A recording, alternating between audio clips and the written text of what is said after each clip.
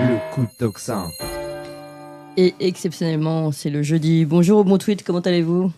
Bonjour Clémence, écoutez, ça va pas mal et vous ? Enfin, quand je dis pas mal, j'ai peur. Pourquoi peur ? Mais de quoi ? Mais du réchauffement climatique, Clémence. À la télé, ils ont dit que comme il fait chaud pendant 4 jours, c'est signe que là, ça y est, c'est certain, c'est le réchauffement climatique. Vous êtes certain, vous ?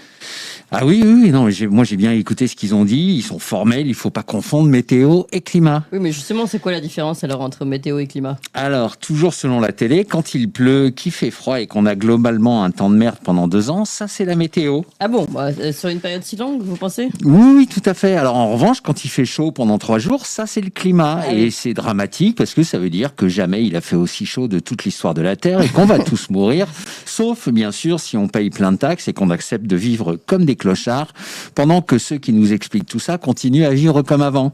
Oui, mais c'est pas très logique de parler de météo sur une période de 2 ans et de climat sur une période de 4 jours. Ah bah ça, moi je sais pas, hein, mais comme ils l'ont dit à la télé, c'est que forcément ils ont raison, sinon ils le diraient pas à la télé, Clémence. Oui, mais nous aussi, oui, on est une télé. Oui, mais alors sans vouloir vous offenser, hein, ma chère Clémence, nous c'est pas une vraie télé. Comment ça ? Regardez, moi j'ai un bonnet alors qu'il fait 30 degrés, j'ai des lunettes de soleil alors qu'on est en studio, et je porte un masque alors que le pic du Covid est passé depuis 2020. Oui, mais ça, c'est parce que vous voulez vous cacher, mais ça veut pas dire que vous dites toujours n'importe quoi. Oui, mais dans les vraies télés, les gens ils mettent des costumes et des cravates, alors tout de suite ça veut dire que c'est des gens sérieux qui disent des choses vraies, sinon ils viendraient habillés comme des clowns. Moi je suis désolé Clémence, mais contrairement aux idées reçues, parfois l'habit fait le moine. Vous voulez dire que je suis habillée comme une clown ? Non, alors ne me faites pas dire ce que je n'ai pas dit, mais bon, par exemple, Martin Veil a dit qu'on était un média proche des Russes, et Conspiracy Watch, ils ont dit qu'on était très complotistes. Donc vous avez vu, vous, un article dans Conspiracy Watch qui disait que BFM ou LCI étaient des médias complotistes ? Non, pas encore. Bon, voilà, donc là on est en plein dans une grosse période alarmante de réchauffement climatique pendant 4 jours qui justifie pleinement qu'on paye plein d'impôts, qu'on mange des cafards, qu'on se déplace à pied et qu'on brade nos appartements avec un mauvais DPE. Ouais, vous êtes sûr que vous allez bien aujourd'hui au mon tweet ? Oui, non, mais en fait, vous inquiétez pas. Non, mais en fait, je m'entraînais pour la suite de ma chronique. Mais vous vous entraîniez à quoi ? Alors, à me mettre dans la peau d'un normie. Ah oui, mais dans quel but ? Alors, pour voir ce que ça fait de prendre les informations des chaînes mainstream sans le moindre recul ni le moindre sens critique, parce que des gens qui ont l'air sérieux disent des choses qui ont l'air sérieuses. C'est de ça donc que vous allez parler dans votre chronique du jour ? Alors non, pas tout à fait, mais ça en découle. Non, aujourd'hui, ma chronique va traiter de la vision à long terme, ou plutôt de la projection dans le futur de toutes les décisions qu'on prend aujourd'hui et qu'on nous présente bien évidemment sous une forme extrêmement flatteuse. Il s'agit donc d'une chronique force 7 sur l'échelle du complotisme qui, je vous rappelle, en compte 10. Donc on est aujourd'hui sur une chronique pas mal complotiste quand même, puisque je vais faire des projections en partant d'une observation factuelle. Ah bon, et il y a une échelle du complotisme alors ? Oui, tout à fait, c'est moi qui l'ai inventé. Comme vous le savez, ma chère Clémence, dès qu'on ouvre la bouche, on se fait traiter de complotiste, même quand on ne fait que observer des faits, ce qui est tout de même un peu étrange. Du coup, moi j'ai créé une échelle que je vous présenterai certainement un jour, un peu comme l'échelle de Richter ou l'échelle de Beaufort, graduée de 1 à 10, montrant le niveau de complotisme du sujet dont on traite. Alors, juste pour que nos auditeurs comprennent, dites-nous ce que c'est la force 1. Alors la force 1, c'est même pas du complotisme, c'est juste de l'observation factuelle avec un œil un peu distancié. Donc je vous donne un exemple. Tiens, c'est quand même bizarre que 2 avions, ça fasse tomber 3 tours gigantesques et plein de petites tours aux alentours, et que tout soit réduit en poussière, sauf les passeports des terroristes. Ou bien, dis donc, je le comprends pas très bien, ce vaccin. Non seulement il empêche que dalle, mais en plus, les gens qui le prennent tombent très souvent malades. Du coup, je me demande pourquoi Olivier Véran voulait qu'on le prenne tous. Donc vous voyez, là, on est vraiment sur du constat. Oui, alors je vois, alors ça fait déjà peur parce que... Bon. Et la force 10 ? Alors, la force 10, ce serait un truc dans le genre, tout ce que nous vivons est la résultante d'une guerre sans merci que se livrent des entités extraterrestres pour le contrôle de la Terre, parce que, en gros, nous, humains, représentons une forme de carburant pour eux. En effet, oui, c'est très, très, très, très complotiste, là. Oui, alors, mais pas inintéressant, Clémence. Bref, aujourd'hui, puisque je vais faire un peu d'extrapolation, ça explique pourquoi cette chronique sera force 7. Alors, j'ai peur, mais on vous écoute. Voilà, alors déjà en introduction, la plupart de vos auditeurs connaissent une personne qui s'appelle Noam Chomsky, qui est un linguiste américain, un peu anarchiste, voilà, qui, entre autres, a écrit un petit pamphlet qui s'appelle « Les 10 stratégies de manipulation des masses ». Et aujourd'hui, nous allons nous intéresser à la stratégie numéro 3, la stratégie de la dégradation, qui est la suivante. Pour faire accepter une mesure inacceptable, il suffit de l'appliquer progressivement en dégradé sur une durée, par exemple, de 10 ans. C'est de cette façon que des conditions socio-économiques radicalement nouvelles, genre le néolibéralisme, ont été imposées durant les années 80 à 90. Chômage massif, précarité, flexibilité, délocalisation, salaire n'assurant plus un revenu décent, autant de changements qui auraient provoqué une révolution s'ils avaient été appliqués brutalement. Voilà, et donc aujourd'hui, je vais passer en revue quelques exemples de mesures prises récemment, toujours pour notre bien, et qui, selon les projections des complotistes, seront à terme des prisons pour le peuple qui, s'il les discernait avec autant de clairvoyance que nous, pourrait les tuer dans l'œuf avant qu'il ne soit trop tard. Et alors, par quoi allez-vous commencer ? Alors, on va commencer tout doucement par quelque chose qui est déjà fait pour bien voir le mécanisme. Donc, je veux parler de l'Union européenne. Donc, je vous resitue le contexte. 2005, on est 55% à voter contre la Constitution européenne. Ouais. 2007, Sarko nous l'a fait à l'envers, bien comme il faut, et passe le traité de Lisbonne au Congrès sans nous consulter. Donc là, logiquement, ceux qui ont voté non en 2005 ont gueulé. On leur a répondu qu'en fait, ça n'avait rien à voir, que c'était un traité complètement différent, alors qu'en vrai, ils avaient juste modifié 3 virgules. Voilà, et vous connaissez l'histoire. Mais là où la majorité a vu une espèce de fait du prince de la part de Sarko, pour ne pas se mettre mal avec l'Europe, ils étaient peu nombreux, ceux qui ont compris ce jour-là ce que nous voyons tous désormais, c'est-à-dire que l'UE était une espèce de monstre totalitaire, vraisemblablement sous le contrôle de puissances étrangères, qui, avec son parlement strasbourgeois, se donnait une espèce de vernis démocratique, pendant que sa commission bruxelloise allait progressivement cumuler tous les pouvoirs dans une espèce de nébuleuse de plus en plus opaque et de plus en plus illégitime. Et de Barroso à von der Leyen, en passant par Juncker, nous avons vu cette commission aspirer progressivement toute la souveraineté des États membres, ce qui n'aurait jamais pu se faire en une fois en 2007.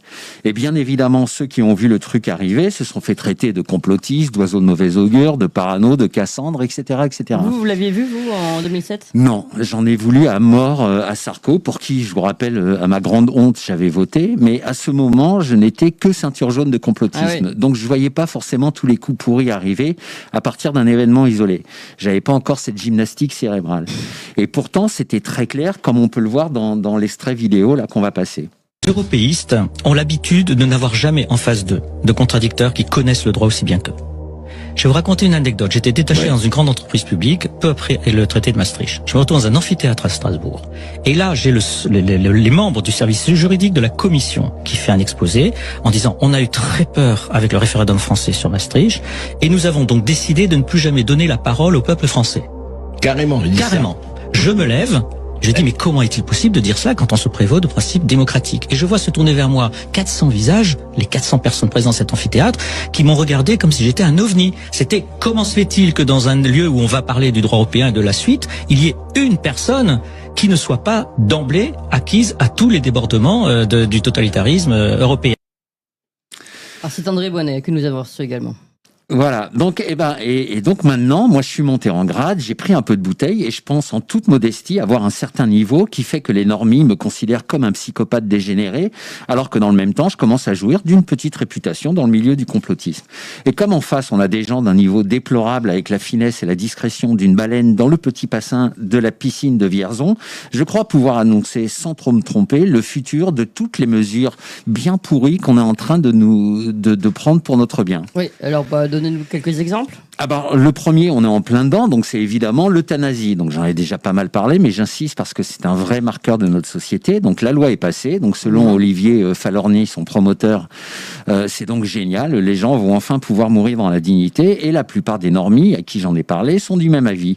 Ils voient ça comme un véritable progrès qui permettra d'abréger des souffrances inutiles et que l'acharnement thérapeutique, ça coûte cher et gna gna gna et nini et pompon et chanchon.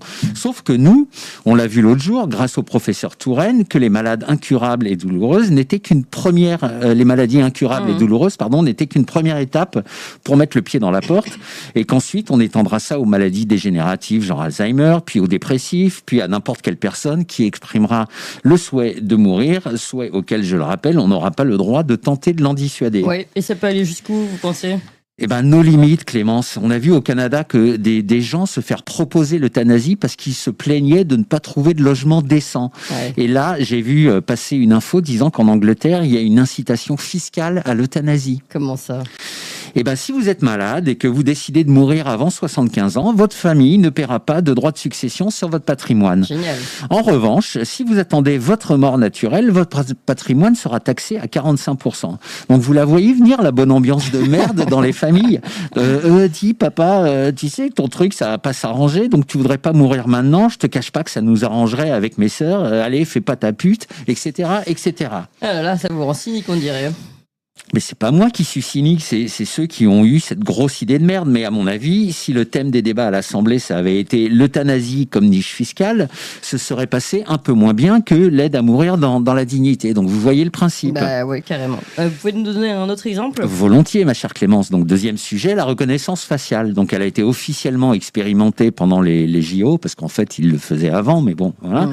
Donc là, comme d'habitude, les normistes nous ont dit « Oui, mais c'est normal, c'est un événement planétaire, on sera le centre du monde, il y aura plein de gens. Tu sais, toi, organiser un événement planétaire? Non, alors ferme ta gueule et gna gna gna. » Bon, là, Vraiment, vous passez des beaux moments avec eux. Oui, ah non, mais alors, et encore, je vous raconte pas tout. Bon, là, les JO sont passés, mais comme on a eu des émeutes après le foot l'autre jour, Darmanin a commencé à nous reparler d'une mise en place permanente de ce système pour lutter contre les délinquants.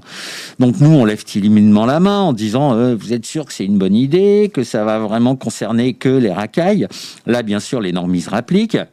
Bah oui, bien sûr que c'est une bonne idée, ça rendra les rues plus sûres. Et puis si t'as rien à te reprocher, ça devrait pas te gêner. Voilà, donc moi je réponds non, bande de connards, ça fait 60 ans que les rues sont de moins en moins sûres, preuve que la sécurité, ils s'en tapent.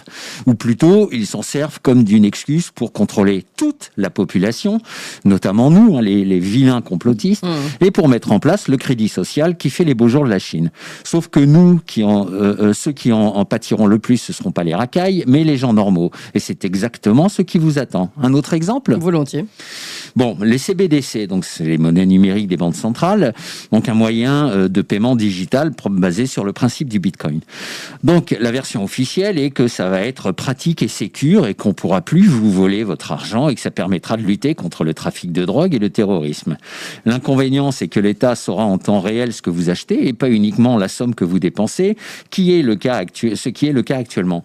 Donc là, les normistes, bah oui, mais c'est quand même pratique, et puis rends-toi compte, ça empêchera le terrorisme. Et puis, qu'est-ce que ça peut te foutre si l'État te surveille ce que tu achètes? Tu veux peut-être acheter des coupées gonflables? Voilà. Bon, non, tête de con. Le problème, c'est qu'avec les CBDC, l'État pourra te dire que tu as trop consommé d'essence ou que tu as acheté ton quota de viande pour le mois en cours et que là, tu vas devoir acheter que de la nourriture synthétique. Ou bien que ta carte vitale montre que tu n'es pas à jour de tous tes vaccins, donc tes moyens de paiement sont suspendus jusqu'à régularisation de ton statut vaccinal. Ou encore, tiens, le tweet que tu as fait mardi dernier, critiquant l'action présidentielle, a été signalé comme discours de haine. Ton compte CBDC est donc bloqué pendant 72 heures, etc., etc. Oui, mais là, vous allez vous faire traiter de complotiste. Oui, mais c'est ça le pire. Ils n'apprennent rien du passé et sont toujours aussi passifs face à une menace qu'ils considèrent comme imaginaire. Et quand bien même elle serait imaginaire, se méfier du pire n'est-il pas préférable plutôt qu'attendre comme une espèce de gros bonnet que le piège se referme et dire « Oups, dis donc, t'avais raison, oh ben ça alors ». Oui, bah vu comme ça, en effet. Bon, allez, vous nous donnez un dernier exemple dans les décisions récentes ? Ok. Eh ben alors, je vais à nouveau terminer sur le DPE. J'en ai beaucoup parlé récemment, mais voilà. Donc là, l'excuse, c'est de lutter contre les passoires thermiques pour sauver la Terre et loger les gens dans la dignité et blablabla. On retrouve la dignité. Voilà, toujours la dignité, le bien-être, etc. Donc là, déjà, les normies, ils sont un peu moins virulents parce que ça les touche aussi directement. Mais pour vous expliquer ce qui va arriver, je vais vous lire un texte que m'a envoyé une amie. Alors, je sais pas qui l'a écrit, c'est pas moi en tout cas. Donc, je voudrais remercier la personne qui l'a écrit parce qu'il est très beau. Et vous, Clémence, vous allez pouvoir vous faire un café parce qu'il est très long. C'est vrai ? Ouais. Voilà, ça s'appelle Le silence d'Hélène. Voilà. Une ville moyenne en France, mai 2025. Hélène, 78 ans, vivait dans une maison de plein pied à la sortie de la ville. La maison en pierre était modeste, 3 pièces, le poêle à bois dans le salon, une vieille chaudière à foules, le jardin où Hélène trouvait à la fois une source d'économie en cultivant des légumes, une source de ravissement avec ses fleurs et une source de vie par l'enracinement que ses gestes dans ce terrain animaient depuis tant d'années. Hélène l'avait acheté avec son mari en 2005, après l'avoir loué pendant 15 ans auparavant. Lui, employé de banque, elle, couturière en usine, mais avec de nombreuses périodes de chômage, trop longues pour que tout ait été rémunéré. Son mari était mort en 2010, leurs enfants y avaient été élevés et maintenant vivaient loin. La maison et une visite à ses enfants une fois par an étaient tout ce qui restait à Hélène. Mais en 2025, cette maison n'était plus un refuge, c'était une cage marquée d'une lettre maudite, G. Hélène n'avait jamais entendu parler du DPE avant 2023. Sa retraite de 720 €, complétée par la location d'une des chambres à des randonneurs ou des ouvriers saisonniers, lui procurait un revenu complémentaire vital de 250 € par mois. Hélène avait encore 5 ans de crédit de 300 € à régler à la banque. Mais la loi exigeait un diagnostic énergétique pour louer. En septembre 2023, Hélène avait dépensé 140 € pour qu'un diagnostiqueur vienne. Le jeune homme, avec son ordinateur portable et son mètre laser, avait inspecté la maison en 30 minutes. J'ai, madame, passoire thermique, pas d'isolation, fenêtre simple vitrage, poêle inefficace. Faudrait refaire l'isolation, changer les fenêtres, installer une pompe à chaleur. Comptez 35 000 €. Hélène l'avait regardé incrédule. 35 000 €, mais je ne les ai pas, loin s'en faut. Comment puis-je faire ? Le diagnostiqueur avait haussé les épaules comme si c'était normal. Il avait ajouté « Sans travaux, vous ne pourrez plus louer à partir de janvier 2025, c'est la loi ». Hélène n'avait rien répondu, elle s'était assise, son chat sur les genoux et avait fixé le mur. La loi climat et résilience, elle ne la comprenait pas. Des mots comme transition énergétique ou émission carbone lui passaient au-dessus de la tête. Tout ce qu'elle savait, c'était qu'en janvier 2025, elle ne pouvait plus louer sa chambre. Les 250 € envolés, c'était la fin. Elle avait essayé de s'adapter, elle avait arrêté le fioul, se chauffant juste avec le poêle à bois du salon. L'hiver, le jardin ne la nourrissait plus. Les factures s'empilaient, son corps s'épuisait. Elle n'avait qu'une issue, vendre. Un agent immobilier était venu en mars 2025, un quadra, costume impeccable, beau sourire. Votre maison avec ce DPE, ça vaut 40 000 €, pas plus. Le marché est dur, les acheteurs veulent du C ou du D. Hélène avait senti son cœur se serrer. 40 000 €? En 2015, un notaire avait estimé la maison à 120 000. Elle avait murmuré « Mais c'est toute ma vie ici, mon jardin, mes souvenirs. » L'agent avait coupé. « Les souvenirs, ça ne se vend pas, chère madame. » Derrière lui, Hélène l'ignorait, se cachait une société immobilière basée à Bordeaux qui achetait les passoires thermiques à prix cassé, rénovait avec des aides publiques comme MaPrimeRénov' et les revendait à 180 000 € à des citadins ou des touristes. 40 000 €, elle était passée à la banque, verdict, un remboursement anticipé du prêt pour cause de vente sans motif de déménagement professionnel était de 17 000 €. Ça veut dire qu'il lui restait 23 000 € et que ce serait son seul capital, somme trop dérisoire pour prétendre acheter un appartement même petit. Hélène était seule, ses enfants pris par leur vie appelaient une fois par mois « Maman, vends, tu seras mieux en ville », disait-il. Mais il ne le comprenait pas. Elle n'avait pas de connaissances ailleurs, ses voisins étaient âgés, ses amis d'antan disparus au trop loin. Elle n'avait pas de smartphone, pas d'ordinateur, juste un vieux téléphone à touche pour appeler ses enfants. Internet, elle s'y était jamais intéressée. Elle lisait l'Écho, le journal local, mais les articles sur les DPE étaient rares, pleins de jargon. Elle était allée à la mairie. Le maire, un homme d'une soixantaine d'années, l'avait reçue dans son bureau encombré. « Hélène, je sais, c'est dur, mais on n'a pas de fonds pour aider. Et si on s'oppose au DPE, il menace de couper les subventions. » Il avait parlé des normes européennes, des budgets. Hélène avait hoché la tête, mais elle ne comprenait qu'une chose. Personne ne l'aiderait. Elle avait écrit une lettre au préfet, elle racontait sa maison, son histoire toute simple, pas de réponse. Elle avait voulu croire en un miracle, mais les jours passaient et la réalité s'imposait.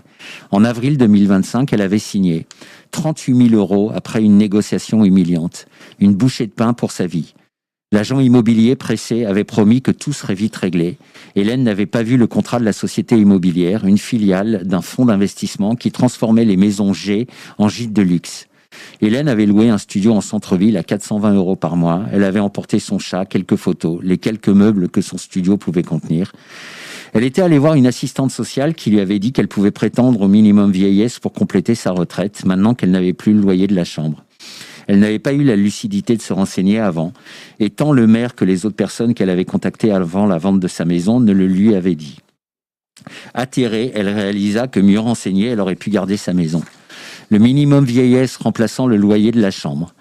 Elle n'avait jamais demandé d'aide, elle ne s'imaginait pas cela possible. L'aurait-elle demandé si elle avait su avant ? Elle ne sait pas. Ce n'était pas inscrit dans sa mentalité, mais là, avec 420 € de loyer, elle ne pouvait pas faire autrement. Et puis toute sa dignité s'en était allée, remplacée par la résignation. Pourquoi personne ne lui avait rien dit ? Hélène était-elle trop en dehors pour comprendre pourquoi on ne l'avait pas prévenue ? Pourrait-elle croire si on lui disait les compromissions sous-jacentes ? En centre-ville, elle était comme écrasée, tournant en rond dans cette petite surface de 25 mètres carrés. Elle y était comme une étrangère. Pas d'amis, pas de voisins familiers, juste des bruits de ville qui l'effrayaient. Ses enfants appelaient inquiets, mais elle mentait. « Ça va, je m'habitue ». Elle n'osait pas dire la vérité, elle se sentait morte, arrachée à sa terre, brisée. Elle ne trouvait plus de sens. Un jour, elle était retournée voir sa maison. Elle était méconnaissable. Le jardin engazonné et asphalté, les murs, la pierre était cachée par un crépi doublant un isolant avec pancarte « Gîte les pivoines, 120 € la nuit ». Des pivoines, il n'y en avait plus, juste un slogan. Hélène s'était arrêtée, le souffle coupé. Elle avait pleuré, là, sur le bord de la route, invisible.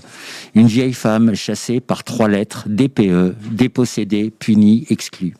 Hélène ne savait pas se battre. Sans Internet, sans réseau, elle était coupée du monde. Elle n'avait pas vu les posts sur X dénonçant les DPE comme une spoliation.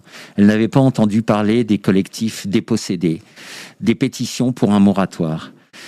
Il menait ou tentait de mener un combat, mais la loi et la crainte des maires d'être privés de subventions rendaient la tâche difficile. Elle était de ces seniors nombreux que la loi écrasait en silence. Selon l'INSEE, 60% des logements F ou G appartiennent à des ménages modestes, souvent âgés. Des gens comme Hélène, sans voix, sans clic, sans espoir. Dans son studio, Hélène caressait son chat et murmurait à son mari défunt « Qu'est-ce qu'on a fait de mal ?» Elle ne comprenait pas cette France qui l'avait trahie, qui préférait des étiquettes à ses vieux, une pseudo-écologie déconnectée du réel, qui préférait les promoteurs immobiliers à des citoyens simples. Hélène, dépossédée, n'était qu'une ombre dans une société qui l'avait oubliée pour d'autres profits. Voilà. Alors j'aimerais terminer en m'adressant aux promoteurs de cette ignominie, donc les politiques et les vautours qui sont là pour récupérer ces pauvres petites miettes arrachées à ces pauvres petites personnes. Vous êtes des connards. Votre univers est laid, il brille, mais il est laid. Et vous, comme vous n'avez aucune intelligence, en tout cas pas celle du cœur, il n'y a aucune chance pour que vous compreniez tout le mal que vous faites. Et juste avant de finir, je voudrais m'adresser aux normies. Arrêtez de nous combattre. À part nous, personne ne vous dira ce qui vous attend si vous laissez mettre en place toutes ces horreurs technocratiques. On fait pas ça pour avoir raison, on adorerait avoir tort, mais on sait qu'on a raison. Alors on vous attend, mais dépêchez-vous, putain. Eh ben, c'était beau ça. Merci beaucoup, bon tweet, à mardi prochain. À mardi prochain.